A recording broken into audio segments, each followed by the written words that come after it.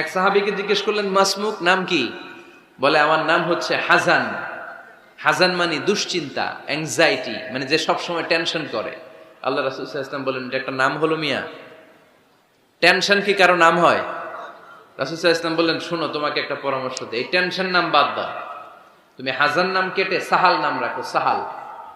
এখন হাজান বলে, আমি ছোট্টবেলা থেকে সবাই আমারে চেনে হাজান নামে, এখন আমার নাম যে সাহাল, এটা আবার ঘোষণা দিতে হবে, দরকার নাই, আমার হাজান আছে, এটাই ভালো, টেনশন, সমস্যা নাই।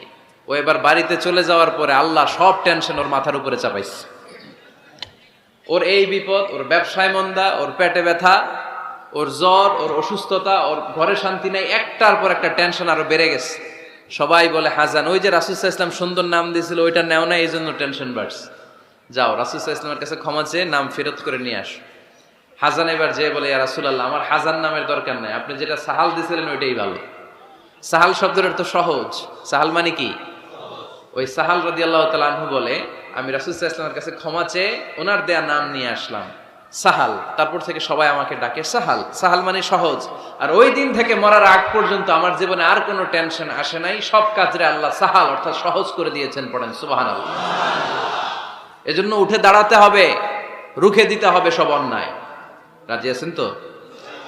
যে সূরা থেকে কথা শুনবো এটাকে বলে সামাজিক রীতিনীতির সূরা।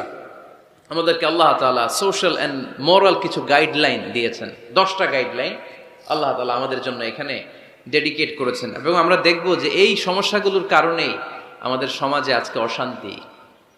কি করে একটা সমাজের শান্তি, শৃঙ্খলা, ভারসাম্য অক্ষুণ্ণ রাখা যায়, এ ব্যাপারে চমৎকার কিছু গাইডলাইন আল্লাহ এই সূরায় দিয়েছেন। আল্লাহ রাসূল সাল্লাল্লাহু আলাইহি ওয়াসাল্লামের 9 জন স্ত্রী এট এ টাইমে বেঁচে ছিল। মোট স্ত্রী 11 জন, দাসী 2 জন, সব মিলে 13 জন।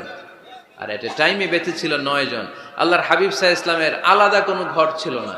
9 বিবিরে 9টা ঘর করে দিয়েছিলেন, এগুলোরই বলে হুজরা। সুবহানাল্লাহ পড়েন।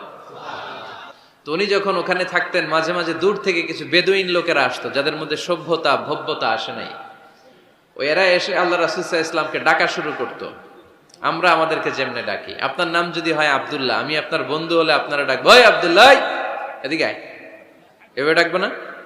বন্ধু তো, তুই আমার বন্ধু, আব্দুল্লাহ এদিকে আয়। আব্দুর রহিম আমার বন্ধু, তো আমি ডাকবো, এই আব্দুর রহমান এই। কিন্তু আল্লাহ রাসূল সাল্লাল্লাহু আলাইহি ওয়াসাল্লামের নাম হচ্ছে মুহাম্মদ, ওনারা কি ডাকা যাবে এই মুহাম্মদ এই? ডাকা যাবে? উনি কি আমাদের মতো মানুষ? উনি মানুষ, তবে অসাধারণ মানুষ, ঠিক কিনা? তো কিছু বেদুইন এসে দুপুরবেলা রাসূল সাল্লাল্লাহু আলাইহি ওয়াসাল্লাম বিশ্রাম নিচ্ছিলেন, তারা এসে বলতে আরম্ভ করলো, ইয়া মুহাম্মদ, ইয়া মুহাম্মদ, এই মুহাম্মদ এই, বের হও। আল্লাহ বর্দা